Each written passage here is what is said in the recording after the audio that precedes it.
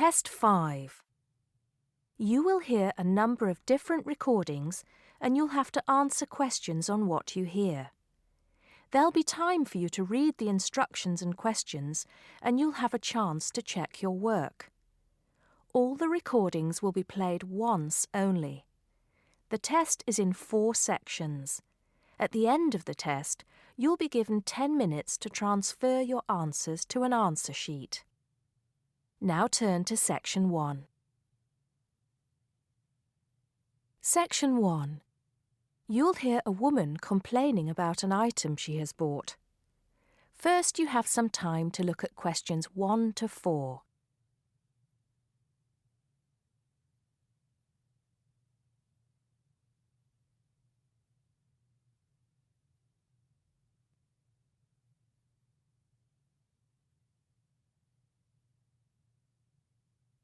Now we shall begin. You should answer the questions as you listen because you will not hear the recording a second time.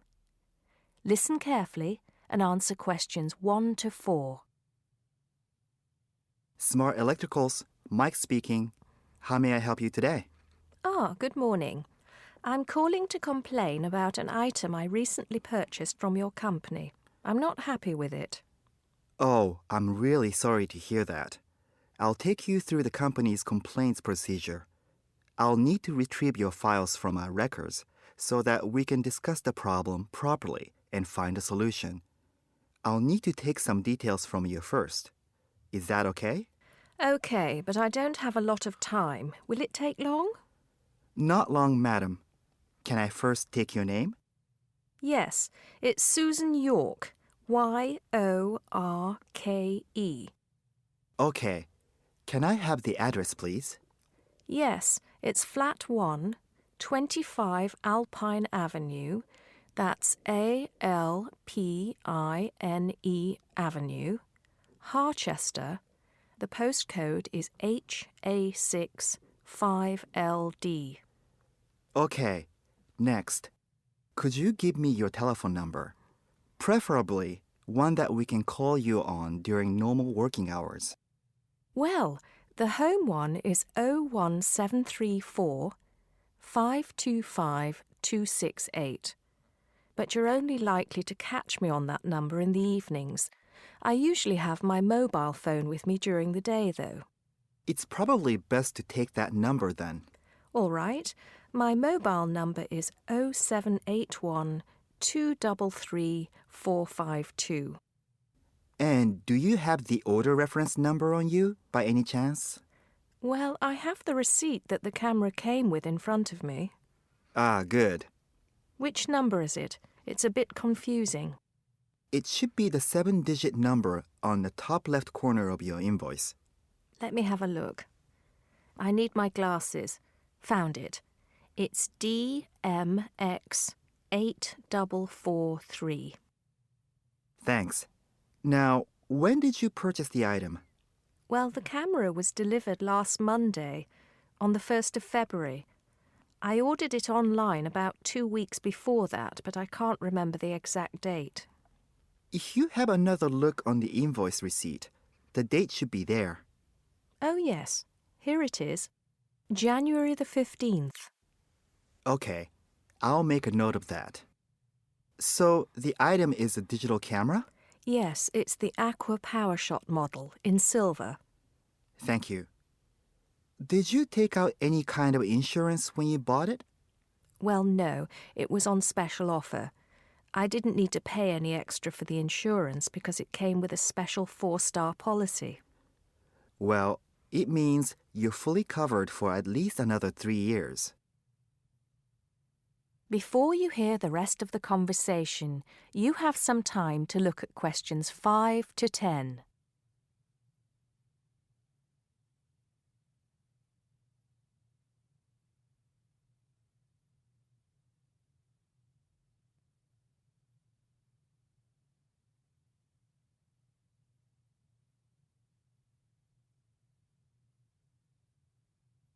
Now listen and answer questions 5 to 10.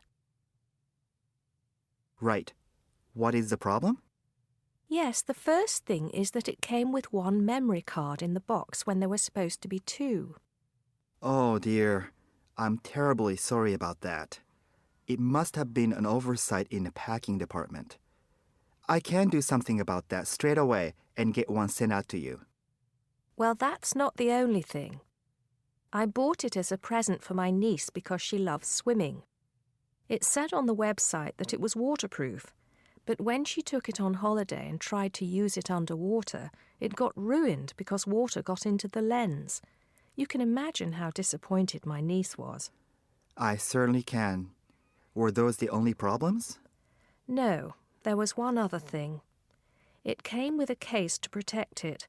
When I opened the box to take the case out, I saw that it had a big scratch on it. We're really sorry about that. I can offer to have the camera repaired for you. In the event that it can't be repaired, we'll send you a replacement. I don't think so. Seeing as it was faulty in the first place, I wouldn't want another one. I think I'd rather have my money back. Can I get a refund? Yes, of course. If you send it back to customer services, I'll make sure it's dealt with. Thank you very much. That is the end of section 1. You now have half a minute to check your answers.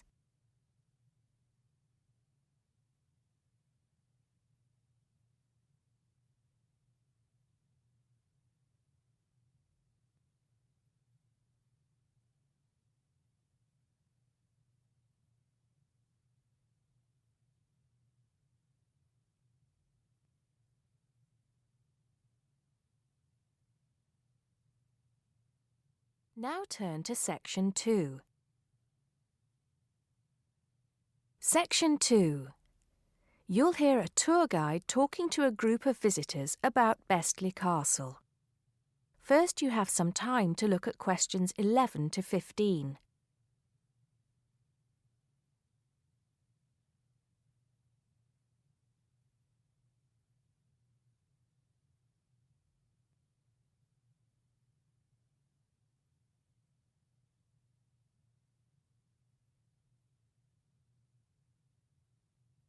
Now listen carefully and answer questions 11 to 15. Welcome to Bestley Castle. It's nice to see so many of you here today. Before we go in, I'd like to tell you some information about the castle, the things to see and do, and the facilities available to you in the grounds. We'll do our best to make this a truly memorable visit. Now, the castle grounds are quite big, and we don't want you to get lost, so I'm going to give you an idea of the layout. At the moment, we are at the entrance, and immediately to our left is the Tourist Information Office. Go here if you need any questions answered. They'll be happy to help. And of course, behind the tourist office is the car park where the coach dropped you off, and it'll also pick you up from the same spot at 5 p.m. today. In front of us are the water gardens. If you stroll through, you get to the North Bridge, which is the entrance to Bestley Castle. Take your time and enjoy looking around the castle. There's a lot of history steeped in those walls. As you leave the castle via the South Bridge, you'll be greeted with the sight of roaming deer. During the day, there will be scheduled feeding opportunities where visitors can get involved. However, we do request that you do not feed the deer outside these times. To the right of the deer park is the Castle Museum, and behind that is our award-winning restaurant. It's a relatively new addition to the castle grounds, but is fast gaining a reputation for its food. Alternatively, you can choose to dine in the picnic area on the other side of the deer park. It's perfect for the family as it's next to the kids' play area and homemade ice cream hut. We hope that on your way out, you'll pop into the gift shop by the exit for something to remember us by. Before you hear the rest of the talk, you have some time to look at questions 16 to 20.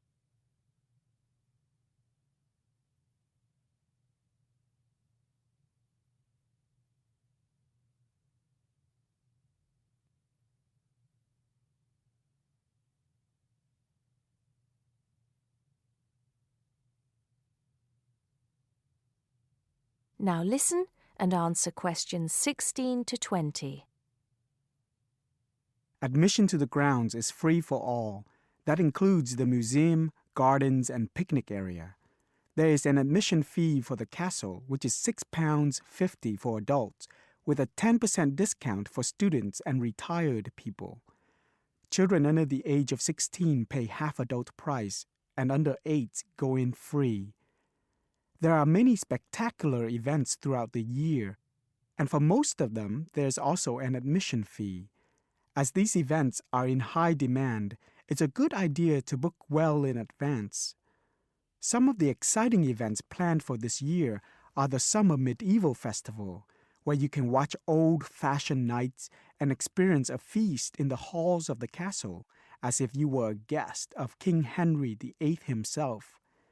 There are several concerts planned this year too, including a rock concert, at an admission price of £10 per person, and a special jazz concert, which is free to the public. I'm sure you'll agree that all tastes and ages will be satisfied. One scary but extremely popular event is the annual Haunted Castle event at the end of October, where the castle comes alive at night. Why don't you come along if you're brave enough? Another sight to see is the fantastic firework display on November 5th, and the cost of that includes refreshments. We also have a long tradition of raising money for charity. The charity event held every year on the first day of May will this year be an archery contest. Entrance is free, but donations are certainly welcome. This year, we'll be collecting money on behalf of a charity for elderly people, Age Concern. Just in case you can't remember all of that, you can pick up a leaflet showing the timetable and prices for all events from the Tourist Information Desk. You can also go online to get this information from our website. That is the end of section 2. You now have half a minute to check your answers.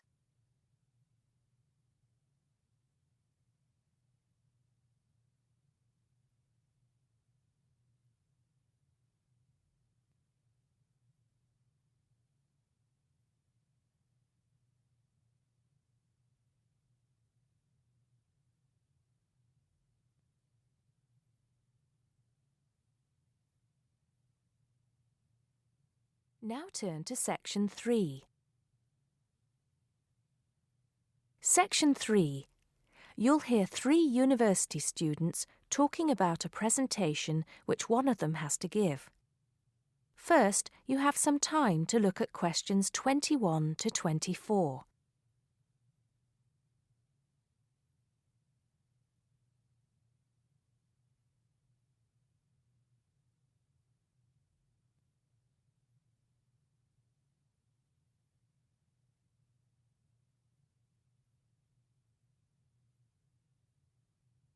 Now listen carefully and answer questions 21 to 24.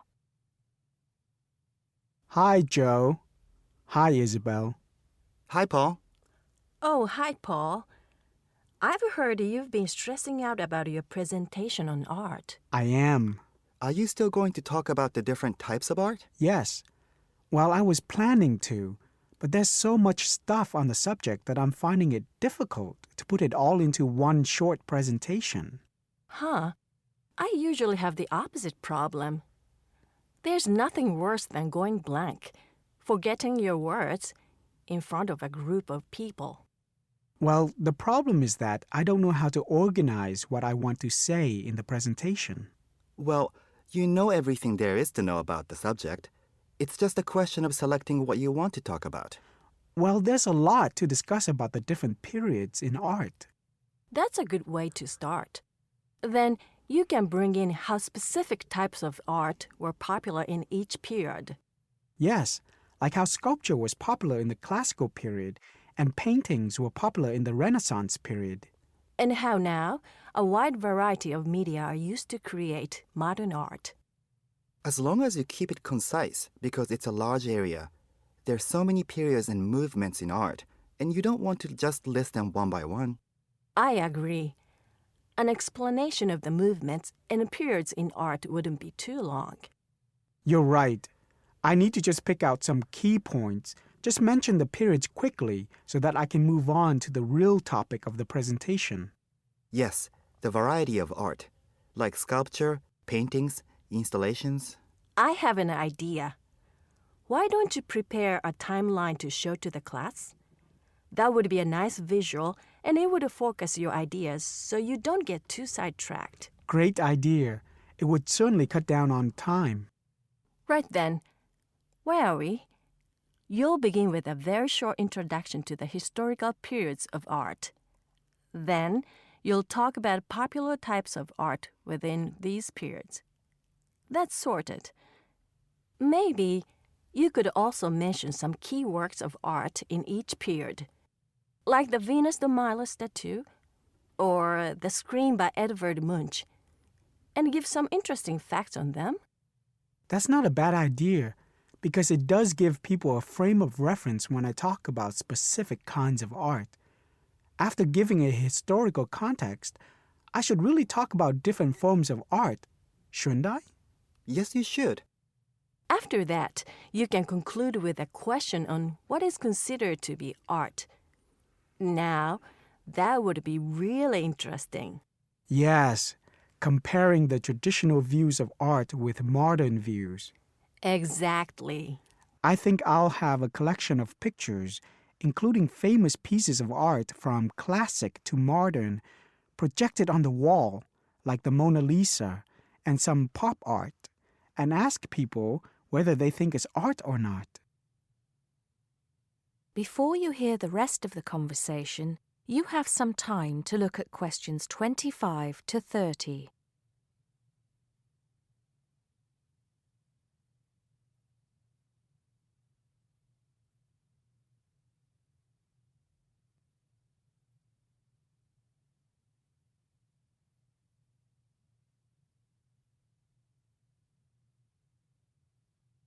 Now listen and answer questions 25 to 30. Showing some famous works and asking people what art is would certainly lead to discussion in the room. People's appreciation of art is so subjective, and it comes down to taste. That's what I'm hoping for, some disagreement to liven up the presentation.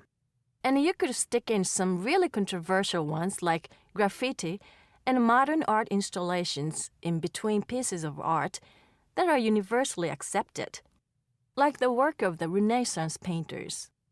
Sounds good to me. I have to say, I really don't understand some modern art myself. There was one recently that was just a pile of rubbish. It doesn't require much skill to create, does it? And what does it mean? There's no point to it. Actually, Joe, I like some modern art. It makes you look at the world in a different way. Artists now have the freedom to express themselves completely. Yes, but there is an idea now that anything can be art. I've heard of paintings being sold for large sums of money, which have been done by small children and animals. Now that's ridiculous. Oh, you could find one of those paintings and put it in your presentation, couldn't you, Paul? That would really be interesting. Well, Paul, what do you think? I like it. Just thinking. I'll need to do some more research to find pictures for the slideshow. Yes, we can help you, can't we, Joe? Of course. If you go to the fine art section of the library, I'm sure you'll find everything you need. Just ask the staff and they'll give you access to a slide bank of hundreds of famous works of art. And if you still can't find what you're looking for, use the library computers to go online. There are lots of images on the internet. Of course, you'll need to use a search engine like Google, but it's dead easy. Thanks, guys. I'm feeling much clearer about the project. Your ideas have been really useful. I think I should end with a quote of some kind by a famous artist. What do you think? That's a good idea. Now let's go to the library and see what they have. That is the end of section 3. You now have half a minute to check your answers.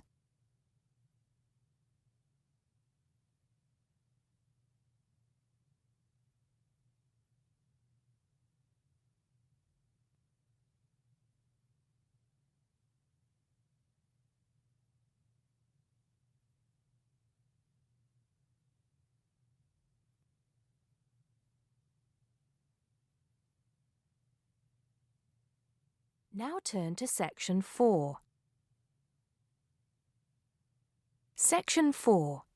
You'll hear a lecturer talking to students about languages. First, you have some time to look at questions 31 to 36.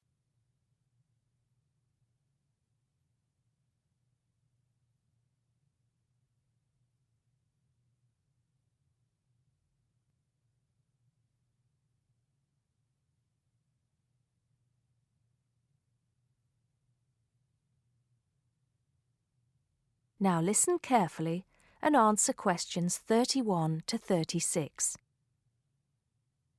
Good afternoon, everybody. Today, in the first lecture on anthropology, we're going to look at languages and how they are disappearing fast and what effect that's having on people and the world as a whole. We hear so much in the news about the possible extinction of animal and plant species in the world. It's a sad thing that one day certain animals will cease to exist. But how many of you are aware that the world's languages are facing a similar threat? Believe it or not, there are currently more than 6,000 languages spoken in the world today, but experts believe that by the end of this century, this number will be reduced to half. And as each language dies, the culture and specialized knowledge of a community dies with it. The unique knowledge of the environment, local wildlife, plants, animals, and ecosystems, not to mention the cultural traditions of the people themselves, will become lost forever. In essence, each language is not just spoken or written words strung together. Language has the power to hold the entire history of a people. Approximately one language dies every 2 weeks. This is an unprecedented situation. Never before in history has there been this rate of rapid decline. Most human languages are spoken by relatively very few people. Let's put this into perspective. The Ethnologue, the leading authority on the world's languages, has put together a list of every living language known to man. There are over 6,500, of which 6,000 have available population figures. Now, 109 million people speak just 10 of these languages, and they are the major languages of the world. At the opposite end of the scale, there are minority languages which are only spoken by a few people, and that's what this chart is illustrating. The number of languages is represented on the vertical axis, and the total number of languages that make up this group is an astounding 1,619. For each of these smaller language groups, the population range of speakers goes from 1 to 999. Even more incredible is the fact that out of these small languages, over 200 of them have a speaker population ranging from just 1 to 9. Imagine only 9 people speaking your language in the whole world, or even only 1 or 2 people. Now, let's think geographically. In total, there are 516 languages that are nearly extinct, where only a few members of the older generation survive. When they die, the language will die with them, lost forever. The majority of nearly extinct languages come from the Pacific and the Americas, making up 74%, followed by Asia at 15%. Europe has the smallest percentage of languages that are nearly extinct, only 2%. Before you hear the rest of the talk, you have some time to look at questions 37 to 40.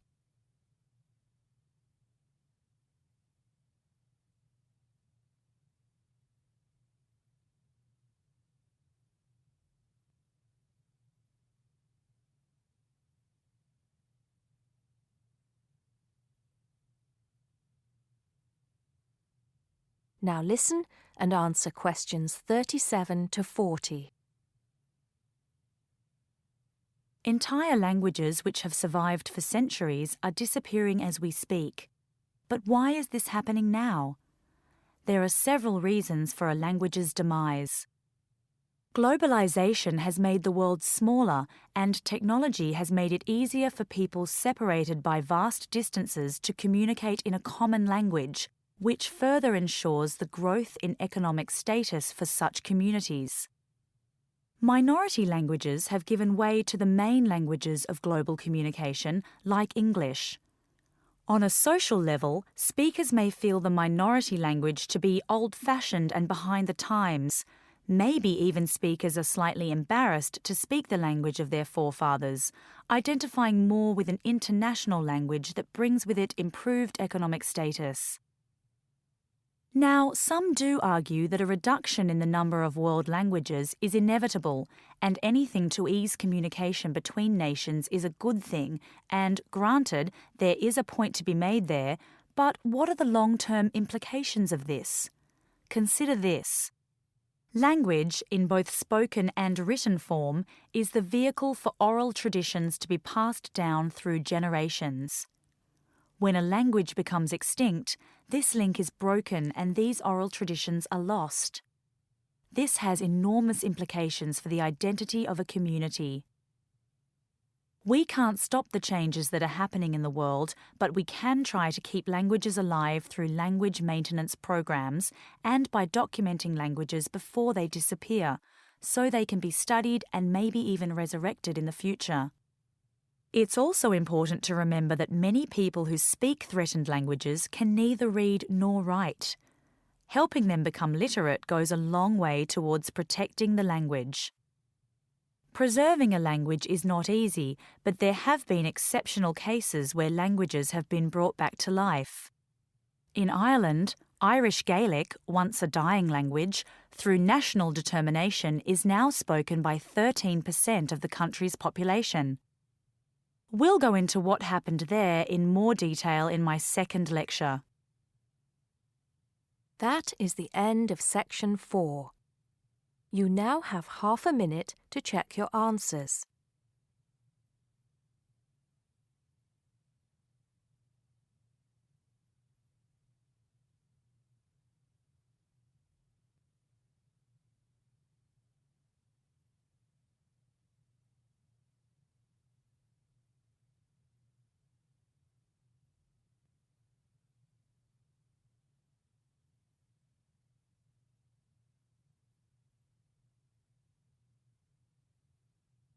That is the end of the listening test.